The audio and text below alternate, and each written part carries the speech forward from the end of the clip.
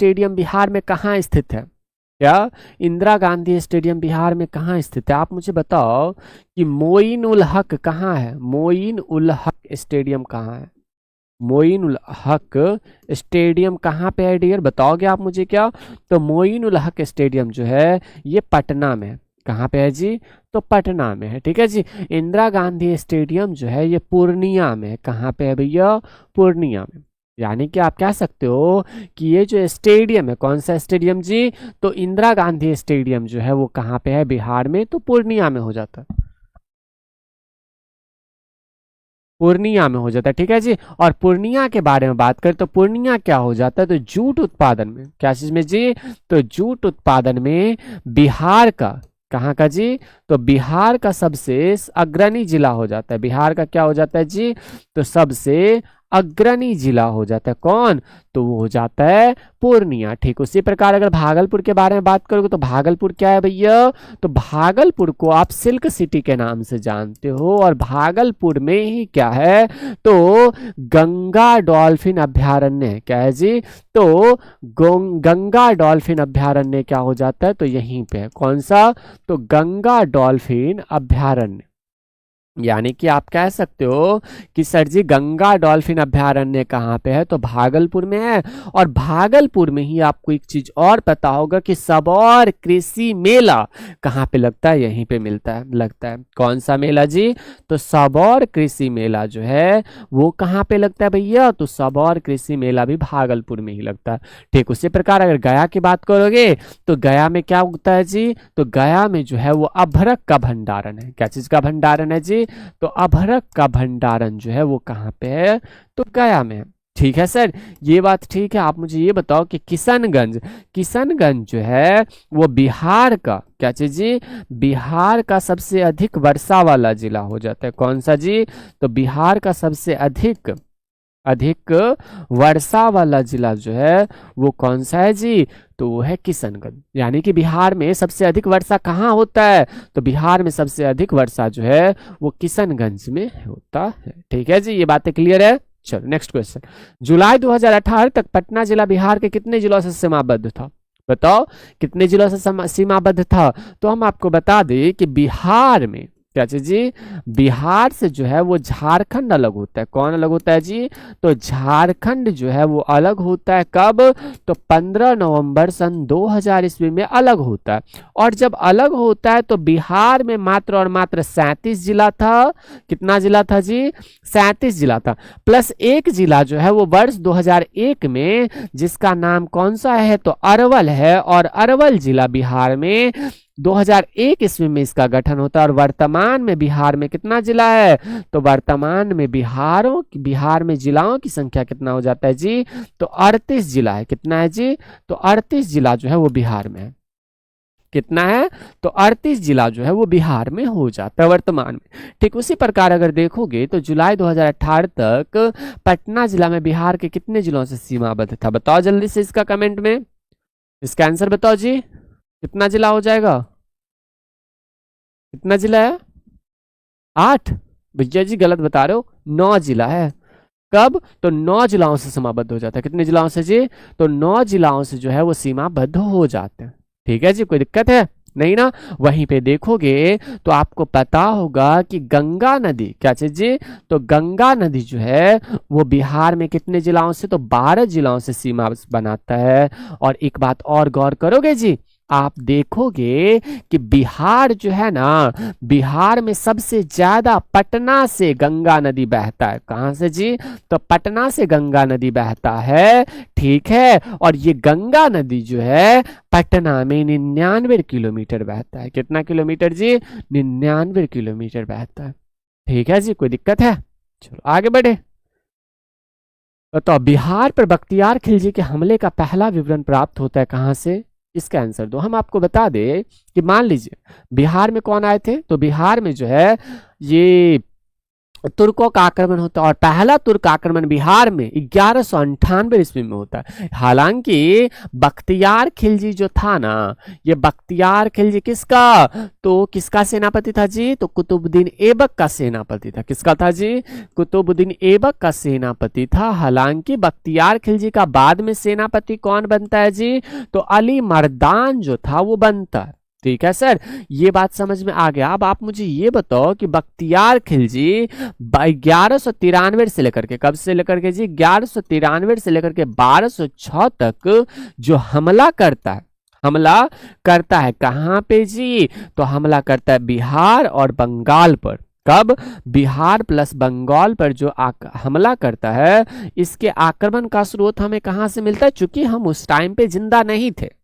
यानी कि जब बख्तियार खिलजी आक्रमण करता है कहां पर, तो बिहार पर और बंगाल पर, तो उस टाइम पे तो हम जिंदा नहीं थे ना, हम लोग तो जिंदा नहीं थे। और जब जिंदा नहीं थे तो क्या करना पड़ेगा जी, तो हमें किसी पुस्तक से पता चलेगा, तो हमें पता चलता है तबकात ए नासरी से। यानी कि इसके हमले का विवरण कहां से पता चलता है जी, तो तबकात ए नासरी नामक पुस्तक से जो है हमें पता चलता है। और इसके लेखक, यानी कि तबकात ए नासरी नामक पुस्तक के लेखक कौन है, तो मिनहाज उस सिराज है। कौन है जी, मिनहाज उस सिराज हो जाते। कौन हो जाता है जी, मिनहाज उस सिराज जो है इसके लेखक हो जाते हैं। ठीक है सर, ये बात समझ में आ गया। आप मुझे ये बताओ कि मिनहाज उस सिराज इसके पुस्तक के बारे में लिखते हैं, बख्तियार खिलजी बिहार पर पहला आक्रमण कब करता है, तो बख्तियार खिलजी बिहार पर 1198 में पहला आक्रमण करता है। और पहला आक्रमण कहां पर, तो वो उदंतपुरी पर करता है। उदंतपुरी कहने का मतलब आधुनिक क्या, तो आधुनिक हो जाता है, इसको आधुनिक क्या कहते हैं, उदंतपुरी। उदंतपुरी का सबसे नया नाम, यानी कि वर्तमान में क्या है, तो बिहार शरीफ है। क्या है सर जी, ऊपर करो ऊपर करो, वो आपने लिखा था, ठीक है, उदंतपुरी। ठीक है, उदंतपुरी हो जाता है और उदंतपुरी का वर्तमान नाम जो है बिहार शरीफ है। और बिहार शरीफ बिहार के नालंदा जिले में, कहाँ पे जी, तो बिहार शरीफ बिहार के कहाँ पे, तो नालंदा जिले में हो जाता है।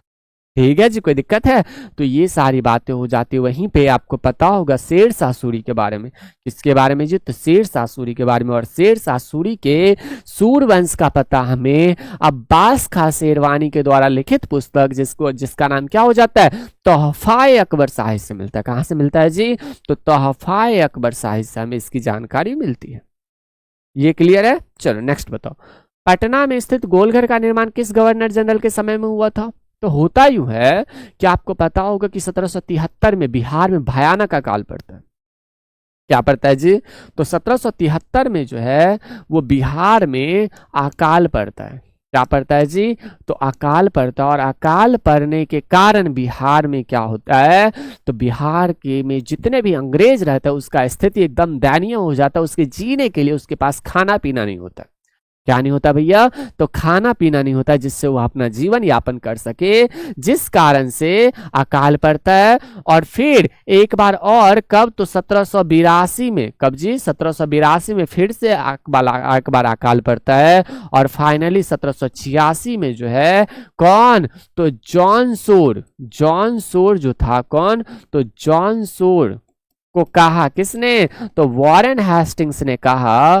किसने कहा, वॉरेन हेस्टिंग्स, जो कि उस टाइम पे कौन थे, तो उस टाइम पे जो है जॉन सोर, वॉरेन हेस्टिंग्स क्या थे, तो गवर्नर थे। क्या थे जी, तो गवर्नर थे। और वॉरेन हेस्टिंग्स के शासनकाल में क्या होता है, तो पटना के गोलघर का निर्माण 1786 ईस्वी में होता है। कब होता है, तो पटना के गोलघर का निर्माण होता है। ये करवाता कौन है, तो पटना के गोलघर का निर्माण जो है वो करवाने वाले व्यक्ति का नाम क्या होता है जी, तो उसका नाम होता है क्या चीज, जॉन गैस्टिन। क्या होता है जी, तो जॉन गैस्टिन होता है, जॉन गैस्टिन। यानी कि इसमें 3 नाम आया ना, 3 नाम कहने का मतलब जॉन सोर सलाह दिया, जॉन गैस्टिन ने बनवाया, किसके शासनकाल में बना, तो वो शासनकाल किसका था जी, तो वॉरेन हेस्टिंग्स का था। यानी कि सलाह किसने दिया, तो जॉन सोर ने दिया, बनाया किसने, जॉन गैस्टिन ने, किसके शासनकाल में, तो जॉन सोर के शासनकाल में। ठीक है, नीचे करो नीचे करो, क्या है डेट है क्या, इधर इधर, और नीचे गुड न्यूज, बिहार पुलिस का एग्जाम डेट 2 दिसंबर 2023 से स्टार्ट है। भैया जी अभी तक कोई फाइनल नहीं आया, अगर आ गया है तो मुझे नहीं पता, मैं क्लास के बाद चेक करूंगा फिर बताऊंगा, ठीक है जी। तो अभी कोई भी चीज के बारे में तो बता नहीं सकते। पटना में स्थित गोलघर का निर्माण किस गवर्नर जनरल के शासन काल में हुआ? तो वो वॉरेन हेस्टिंग्स के शासन काल में होता है। किसके शासन काल में होता है? तो वॉरेन हेस्टिंग्स के शासन काल में। बिहार में कितने प्रखंड है? बताओ जल्दी से, बिहार में कितने प्रखंड है जी? बताओ बताओ, बिहार में कितने प्रखंड है? तो बिहार में प्रखंडों की संख्या की बात करें तो 534 हो जाता है। कितना हो जाता है जी? तो 534 जो है बिहार में प्रखंड है। यानी कि आप कह सकते हो कि बिहार में मंडल कितना है जी? तो मंडल की बात करोगे तो 9 हो जाता है। वहीं पे अनुमंडल की बात करोगे तो अनुमंडल कितना है बिहार में? तो वो हो जाता है 101। प्रखंड की बात करोगे जिसे आप ब्लॉक कहते हो वो हो जाता है 534। और जिला की बात करोगे तो जिला कितना है? तो बिहार में 38 जिला है। पहले 37 जिला था, एक जिला नया बना जिसका नाम अरवल है, और अरवल का गठन जो है वो वर्ष 2001 में हुआ। कब हुआ जी? तो वर्ष 2001 में अरवल का गठन हुआ। वहीं पे बात करिएगा तो बिहार में विधानसभा seat, Vidhan Parishad seat, Lok Sabha seat और राज्यसभा सीट। तो विधानसभा seat 243, Vidhan Parishad seat 75, Lok Sabha seat 40 और राज्यसभा सीट जो है वो 16 हो जाता है। कितना जी? 16 हो जाता है। कोई दिक्कत है? चलो बताओ, सम्राट अशोक के अधिकतर शिलालेख किस लिपि में है? सम्राट अशोक का अधिकतर शिलालेख किस लिपि में है? तो हम आपको बता दें कि सम्राट अशोक का अधिकतर शिलालेख जो है उस लिपि का नाम क्या हो जाता है? ब्राह्मी लिपि में। कौन सी लिपि में है? ब्राह्मी लिपि में। सम्राट अशोक यानी कि अशोक जो है वो खुद को, अशोक जो है वो खुद को शासक, कौन से शासक जो है वो किस शिलालेख में बताते हैं? तो भाब्रू के शिलालेख में। कौन से शिलालेख में जी? तो भाब्रू के शिलालेख में जो है खुद को सम्राट बताते हैं। भाब्रू के शिलालेख में क्या बताते हैं जी? तो खुद को सम्राट बताते हैं। वहीं पे बात करोगे तो कहीं कहीं पे मस्की का शिलालेख दिया हुआ है, उसमें भी सम्राट बताया, लेकिन वो गलत है। क्या है? तो मस्की का शिलालेख जहां पे आपको ऑप्शन मिल रहा है वो गलत है, ये बात याद रखना। तो भाब्रू के शिलालेख में सम्राट अशोक जो है वो खुद को क्या बनाया है? तो खुद को बताता है महान, वो सम्राट बताता है। ठीक है जी, आगे बढ़े। अनुमंडल 109 नहीं, 101 है जी। 3 या 4 में भी गलती हो गया। अनुमंडल 101 है और अनुमंडल 101 है, मंडल 9 है और प्रखंड 534 है। ठीक है जी, चलो बताओ, इसमें कौन मगध शासक नहीं था? यानी कि मगध शासक, मगध का वास्तविक संस्थापक किसे माना जाता है जी? तो वास्तविक संस्थापक जो है वो किसे माना जाता है? तो वास्तविक संस्थापक जो है वो मानना जाने वाला व्यक्ति कौन हो जाता है जी? तो वो हो जाता है बिंबिसार। कौन हो जाते हैं जी? तो बिंबिसार जो है इसे वास्तविक क्या मानते हैं? तो वास्तविक संस्थापक मानते हैं। किसका? मगध वंश का। मगध वंश का प्रारंभिक राजधानी कहां था जी? तो प्रारंभिक राजधानी की बात करोगे तो प्रारंभिक राजधानी कहां हो जाता है? तो वो हो जाता है राजगृह। कहां पे जी? तो राजगृह, जिसे आप क्या कहते हो? ग्रीवरज भी कहते हो। क्या कहते हो? राजगृह, जिसे आप ग्रीवरज भी कहते हो। तो ये हो जाता है प्रारंभिक राजधानी। बिंबिसार जो था ना, इसका पुत्र था कौन? तो इसका पुत्र था अजात शत्रु, और अजात शत्रु अपने पिता की हत्या कर देता है। क्या करता है जी? तो अजात शत्रु जो है वो अपने पिता की हत्या कर देता है, और अजात शत्रु के शासन काल में फर्स्ट बौद्ध संगति होता है। कौन सा जी? तो फर्स्ट बौद्ध संगति जो है वो अजात शत्रु के शासन काल में होता है। ठीक इसी प्रकार बात करोगे तो ये पुत्र, इनके पुत्र कौन थे? तो उदायीन थे। कौन थे जी? तो उदायीन थे, और उदायीन के शासन काल में क्या होता है? तो पाटलिपुत्र की स्थापना होता है। और यह मगध शासक पहला ऐसा था जिन्होंने अपनी राजधानी गिरिव्रज से चेंज करवा के कहा करा? तो गिरिव्रज से चेंज करवा के पाटलिपुत्र करा। तो इन्होंने पाटलिपुत्रा की स्थापना करी और फिर पाटलिपुत्र की स्थापना करने के बाद अपनी राजधानी बनाई। यानी कि अपनी राजधानी कौन बनाता है भैया? तो अपनी राजधानी पाटलिपुत्र को बनाने वाला पहला व्यक्ति जो है वो उदायीन हो जाता है। ठीक उसी प्रकार ये क्वेश्चन एग्जाम में आया था कि पाटलिपुत्र की स्थापना किसने की। अभी यानी कि फर्स्ट शिफ्ट के एग्जाम जो हुआ था उसमें पूछा गया था कि पाटलिपुत्र की स्थापना कौन हो गया था, बताओ। तो पाटलिपुत्र की स्थापना कौन कराता है जी? तो पाटलिपुत्र की स्थापना जो है वो उदायीन करते हैं। कौन करते हैं? और इसमें से कौन मगध का शासक नहीं था? मगध का शासक कनिष्क नहीं था, क्योंकि कनिष्क जो है ये कहां पे? तो ये जम्मू एंड कश्मीर में रहता था। कहां पे? जम्मू एंड कश्मीर। ठीक है, जम्मू एंड कश्मीर का राजा था। ठीक है जी। वहीं पे बात करोगे धनानंद जो है वो नंद वंश का शासक था। क्या चीज था? नंद वंश का अंतिम शासक था। बिंदुसार की बात करोगे तो ये भी, और शिशुनाग भी कौन से? नाग वंश का शासक था, यानी कि मगध वंश का शासक था। ठीक है जी, कोई दिक्कत है? चलो आगे बढ़े। बिहार में किसान सभा की स्थापना किसने की? तो बिहार में किसान सभा की स्थापना होगी तो यानी कि बिहार प्रांतीय किसान सभा की स्थापना होगी ना। अगर कहीं पे प्रांतीय किसान सभा की स्थापना होगी तो प्रांतीय किसान सभा की कब स्थापना होती है?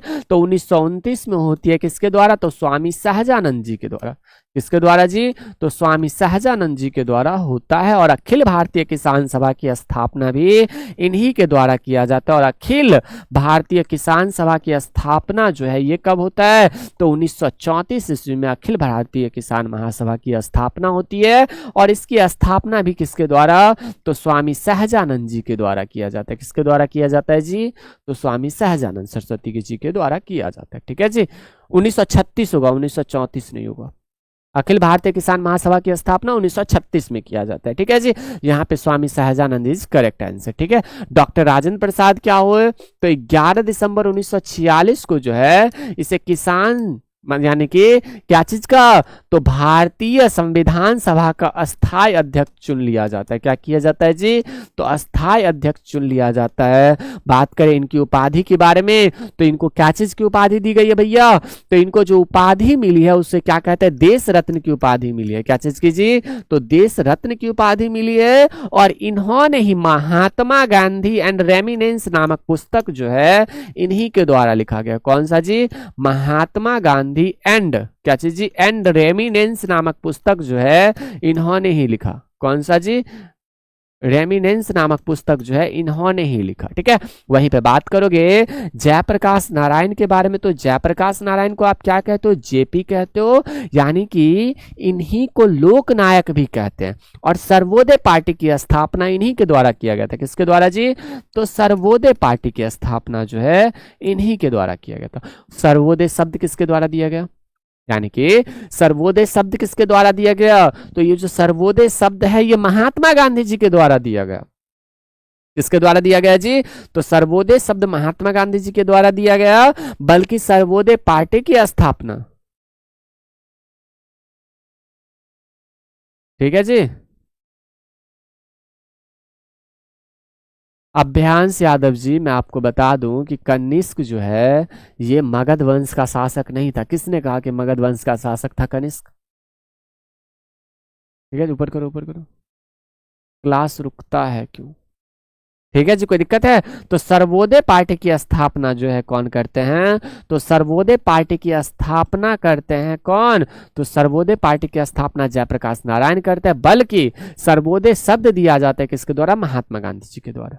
ठीक है जी, कोई दिक्कत है?